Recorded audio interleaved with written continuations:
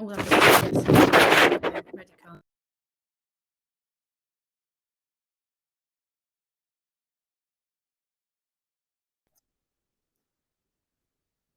Welcome back. I hope you had a good break and took advantage of some of the tools available. We're diving straight back into the content with our next panel discussion centred around workforce reintegration. Well, the pandemic has disrupted labour markets globally. Millions of people were furloughed or lost jobs, and others rapidly adjusted to working from home as offices closed. Some workers were deemed essential and continued in hospitals and grocery stores, in warehouses, etc., yet under new protocols to reduce the spread of the virus. But it's likely we'll see more change in the coming months, some of it perhaps permanent. So what will so-called hybrid working look like? Our new normal, to quote a now common phrase, presents new challenges and requires different kinds of support for workers and organisations alike. Well, to discuss and consider these, I'm delighted to welcome the panellists for our next debate. They are Graeme Taylor, Head of Human Resources and Organisational Development at Sevenoaks District Council, Donna Rowe-Merriman, UNISON's National Secretary for Business, Community and the Environment. We're hoping that Dr. Wong will join us, Head of Insight and Futures at CIPD. And we have with us Pete Hampton, Public Sector Leader at Cisco Webex UK. Now, as I mentioned this morning, if you have questions, do feel free to post them using the live Q&A function on the right-hand side of your screen. We've got a team behind the scenes checking constantly and marking them for my attention. So I'll try to put as many of your comments as possible to our guests. So let's get cracking. Welcome to all of you. Graeme, I suspect with your head of HR hat on, you've been pretty busy for the last year. At Sevenoaks Council, what are your plans in terms of hybrid working? I think we're still working through actually what our plans are. I mean, what we've done is we've spoken to our managers, we've spoken to staff, we've spoken to, like, we call it our third tier group, and trying to work through and take an inclusive approach with everyone so that then we can work out what the staff want and also then what the public wants from us in order to move forward. We're quite lucky that then we never closed our offices. So I'm in the office today. I've pretty much been in the office at least 3 days a week since the start of the pandemic. So we're not having a case of then having to get lots of people back in. And at some stage or another, we've had pretty much everyone in the building. Because we deal with refuse and other things, we're having to have people come into the office or going out and doing those collections. So it's almost normal for us that then what we're proposing to move forward to is where we've been before.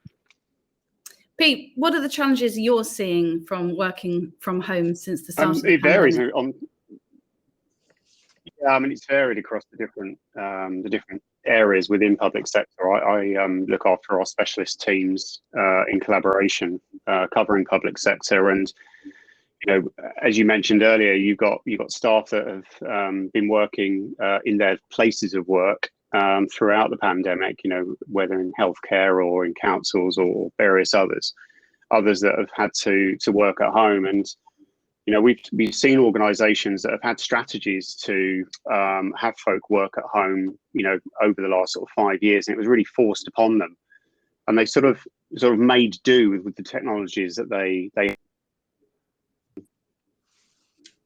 cases has worked well, in other cases less well.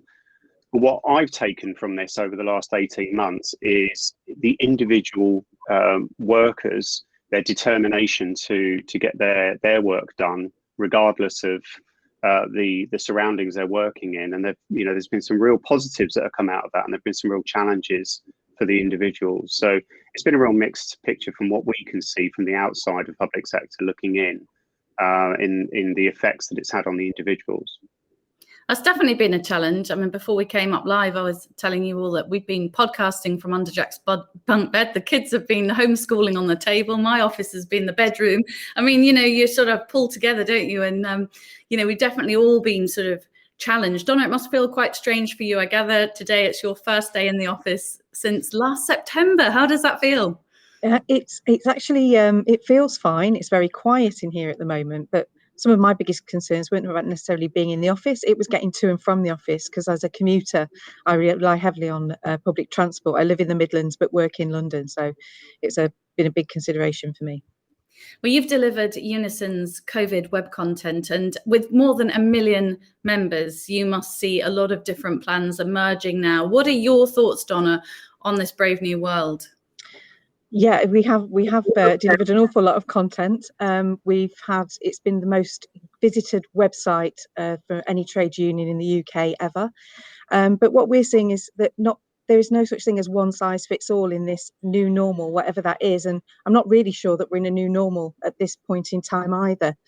We seriously think that there should be a variety of options that should be developed in a post-COVID workplace. And the word that I'm sort of using more and more is about being flexible to enable people to work from home when it suits them, to work in an office when it suits them. And actually, in terms of productivity, that's not a bad thing. I don't know if colleagues are aware, but in the Royal Society for Public Health have done surveys, and 45% of people surveyed said that working from home they felt was better for their health and well-being.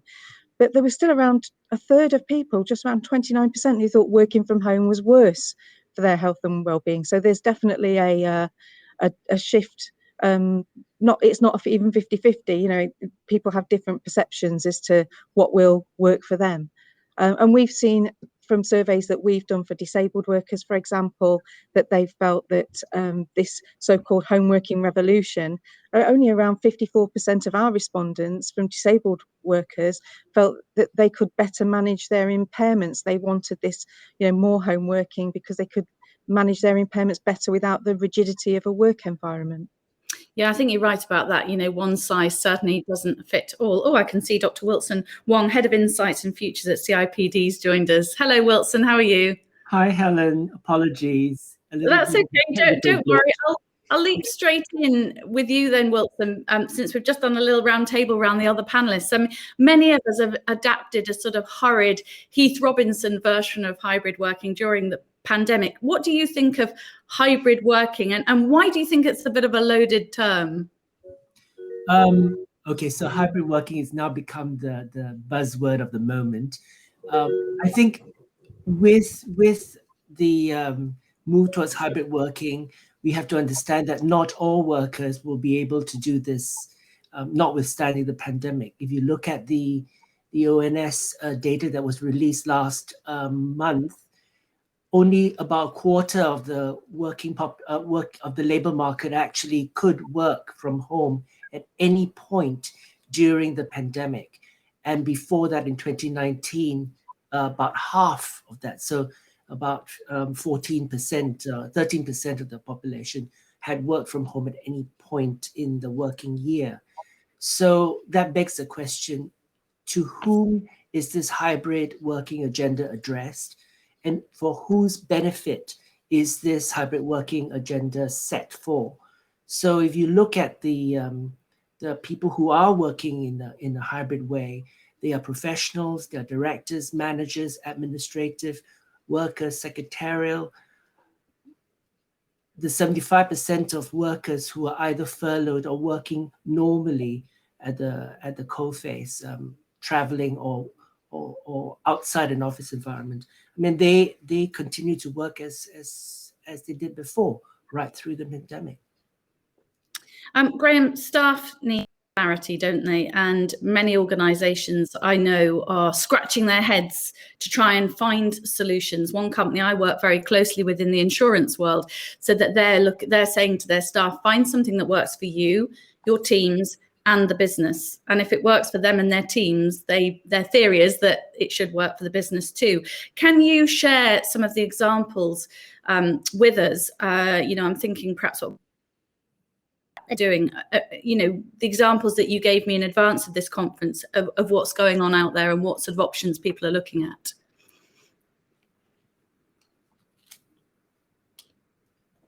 Staff to come back a number of days, and depending on what media source you read, I mean, the word revolt was used, which might be a strong word, and it may be a few people objected, but it's sticking to your values. Goldman Sachs was very clear and was the first one that came out and said they wanted all of their staff back full-time. And it all depends on that role and your organization and what you need.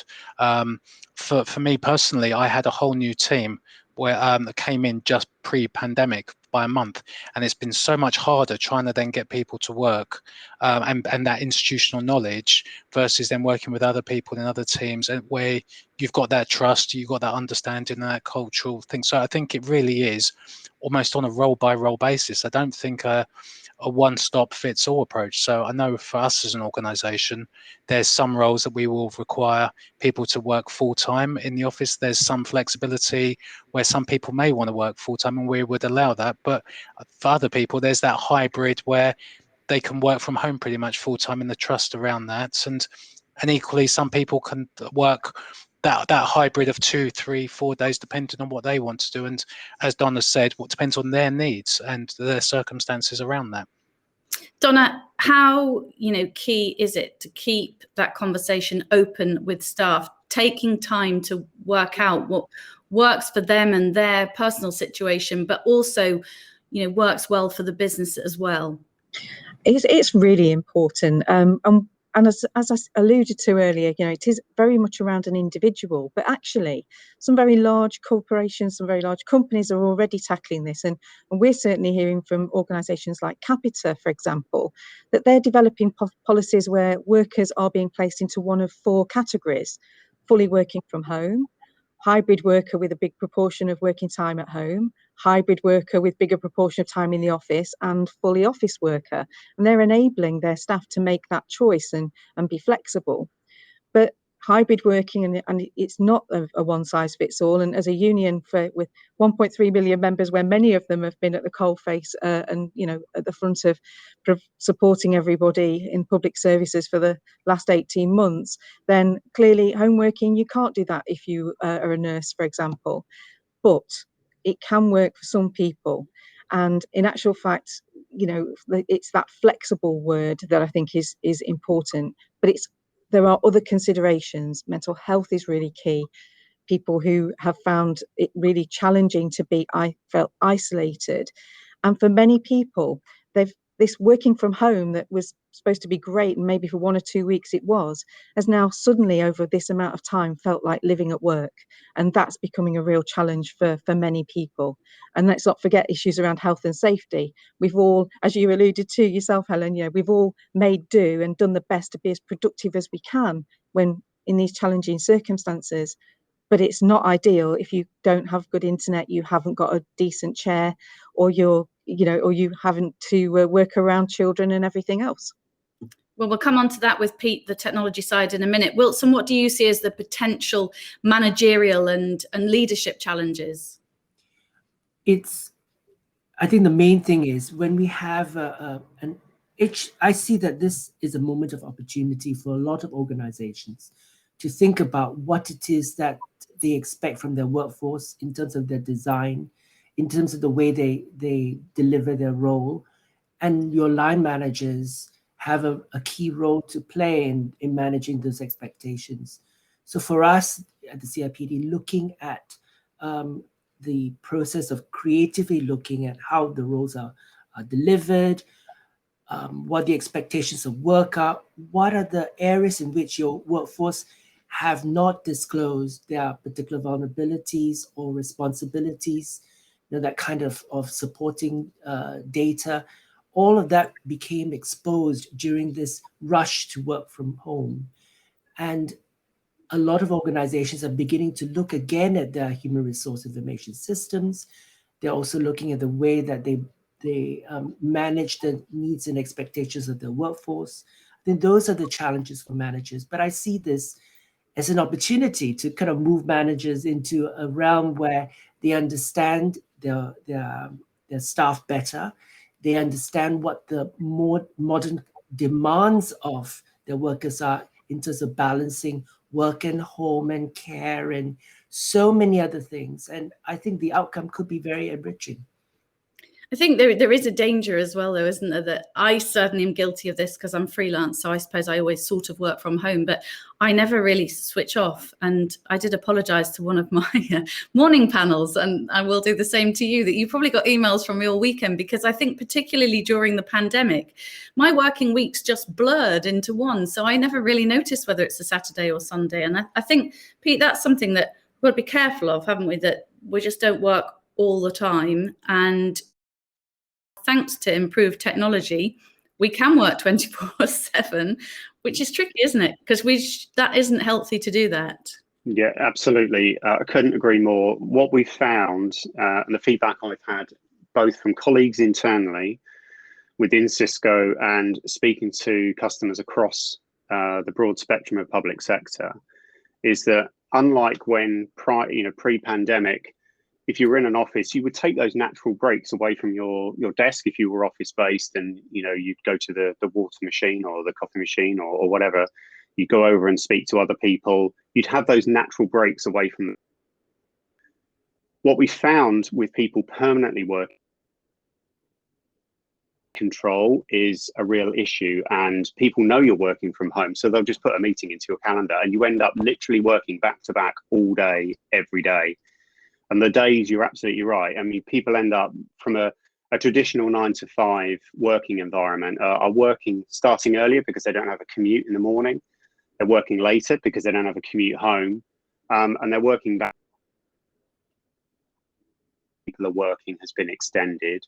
People are working, from my experience, working much harder because there's people are know that you're at your desk. If you're fortunate enough to have a desk at home or on your kitchen table, they know you're there, so they will contact you. And it's from a health and well-being perspective, that absolutely needs to be focused on in ways that, forcing yourself to put 30 minutes in your calendar so that you're away from your desk, that you're not available to take part in meetings. So it is a real challenge, and that's not necessarily a technology issue. That's a side effect of this forced working from home that many of us have been forced to do over the last 18 months. Moving forward into that more hybrid world, as we're talking about people moving back into their normal places of work, those that have been working from home, I think it's important that we understand how technology can effectively be invisible. And I'm talking about meetings and collaboration type technology. That's the field that I'm in. The technology has to be invisible, and it has to be invisible whether you're in your home or whether you're in your normal place of work. The solution or the platform needs to be the same wherever you are, and it needs to not get in the way of you being able to undertake your work, whatever that work happens to be. But at the same time, it also has to ensure that you as an individual are looked after. So things like in an office environment, the health and well-being needs to be top priority for folk coming into an office environment. So things like some form of signage to let you know that an office environment is safe. Some form of wayfinding to let you know, whether that's stickers on the floor or whether that's digital signage or whatever it is, some form of routing through an office to keep people safe. That meeting room capacities are viewed. If a room could historically take 10 people, now it should only take 3 people or 4 people. What about the windows? Are they in a building where the windows are actually able to be open? All of these kind of things to be taken into consideration where folk are coming back. I work a lot in the education sector, and universities, their primary focus is duty of care over the students. They're planning on bringing back to campus in September. So, if you've got 10,000 students suddenly coming back on campus, how do they manage that? And there's a lot of thought needs to go into the actual mechanics of, a more staggered way and bringing certain tranches of students back in on certain days. So they're lowering the actual volume of people on campus at any one. How are they managing that flow of people across into lecture halls or meeting rooms or laboratories or whatever those spaces might be, to keep those folks safe whilst they're on campus? So there's it's not a question earlier on. There's no one size fits all. That's absolutely right. Depending on the scenario that you're looking at, every environment is different and needs to be treated differently. I think we also have to remember, don't we, Graeme, that you know, a lot of members of the team will miss the social interaction and don't want to be at home. For a lot of people, that conversation, that you know, exchange of ideas, you know, at the sort of the water cooler, if you like, is really important. So we've got to be careful, haven't we, that we think about those kinds of things for people who maybe may feel lonely at home. Everybody's got to be considered in the jigsaw, haven't they, if it's going to work for all. No, I totally agree. I think we talk about financial well-being and putting strategies around that side then, and the mental health well-being. But equally, I mean, if people are going to be reconfiguring offices, it's that group, like hub way of thinking, and people come together with less people, probably less people moving forward, but it's that how you keep the values, the behaviors in that way is going to be the challenge. I think for architects this is a booming time, definitely, but I think that is the challenge for people moving forward in organizations. Well, so what do you see as the potential shifts in the psychological contract for those in the hybrid tribe, as to quote one of your phrases? I love that phrase, actually, the hybrid. I think some of the things have been raised by the other members of the panel. There are changes in expectations. You know, we talked a lot about the attention to health and well-being and their safety, and this has been paramount, of course, during the season of COVID, you know, which we're still in. And so employees are sensitized to some of these considerations. They are made more aware of how they're in some ways disabled by working at home, not being able to have those conversations, those informal conversations, not being plugged into perhaps some of the decision processes that are taking place within certain groups. So this exacerbates the old-fashioned in-group, out-group, you know, who's making the decisions, who's having conversations with whom. So in some ways, the media gives you some visibility because everybody in a way is a flat 2D little box on the screen. But in other ways, things haven't changed. Decisions are still taken by certain groups and are even less visible because you don't bump into them at the lift or the water cooler and have that informal chat. So that those kinds of things are affecting the psychological contract, of course. They expect certain things from their employer, and the employer may not be aware of those expectations, and that affects engagement. It affects their ability to function, and of course, the morale within the business. If you continue to have these kind of broken interactions where the conversation is not quite complete. And how, Wilson, can we revisit the rituals of work, if you like? I think that's an interesting question to which I'm still kind of considering. You know, we have certain rituals in the workplace. You talked about the water cooler, and the kind of informal drop-ins that we do.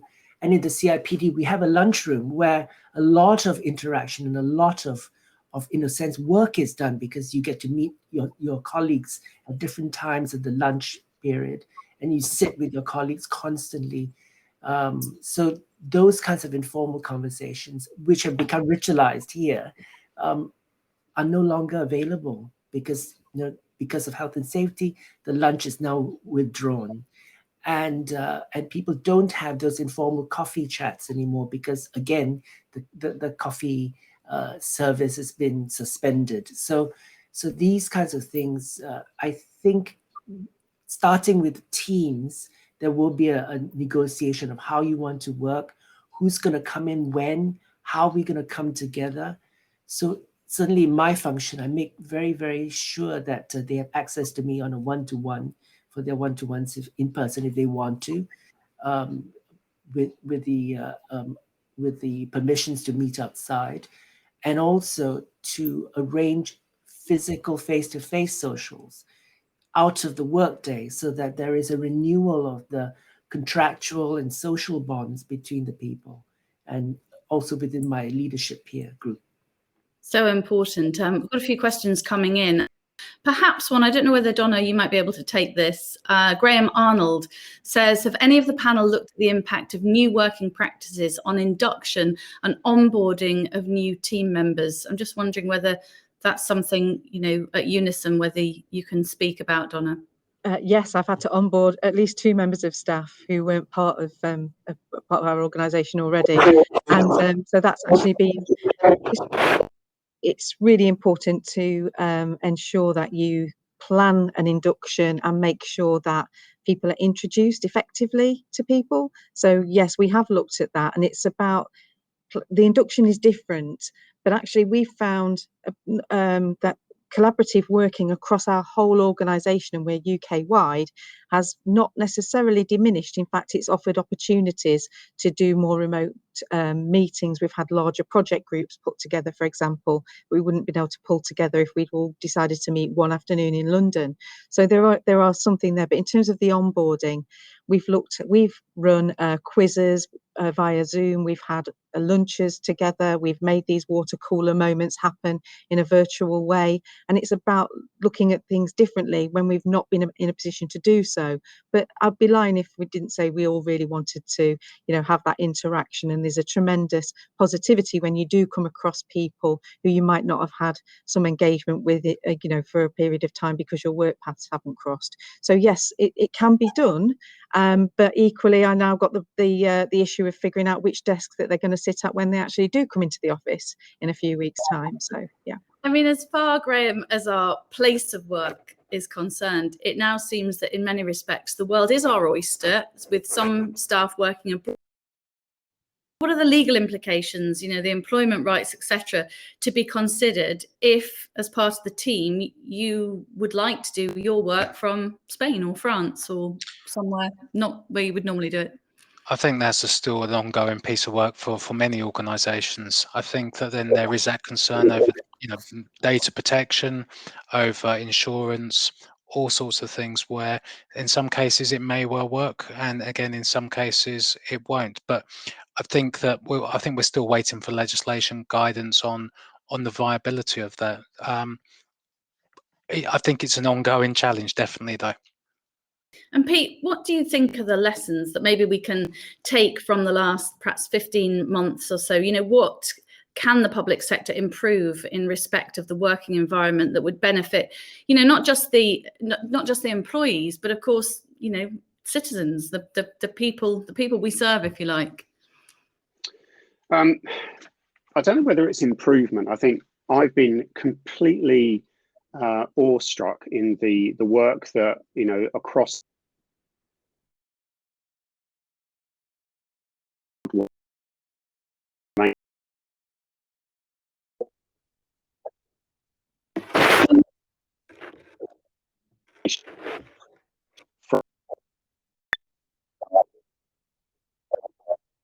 Carl.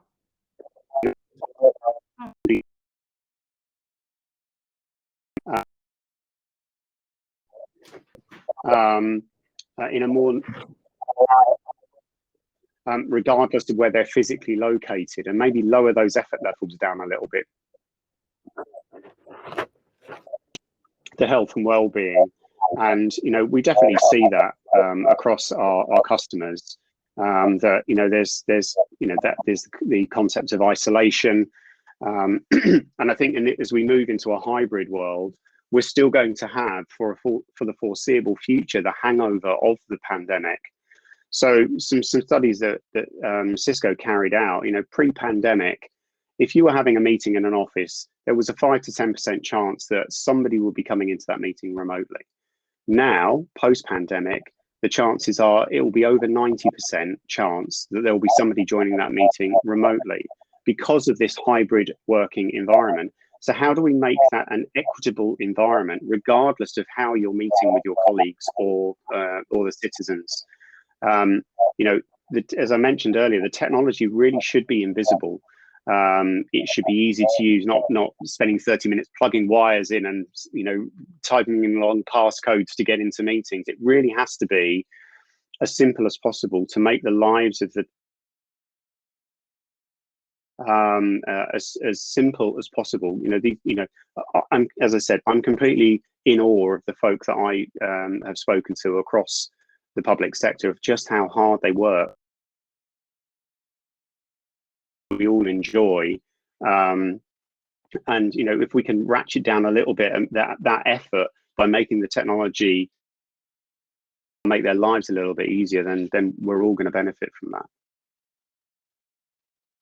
Microphone, Pete. So we heard most of that, which was great. But Wilson, just we're drawing to the end of our chat now. How does the future, do you think, of hybrid working, what does it look like?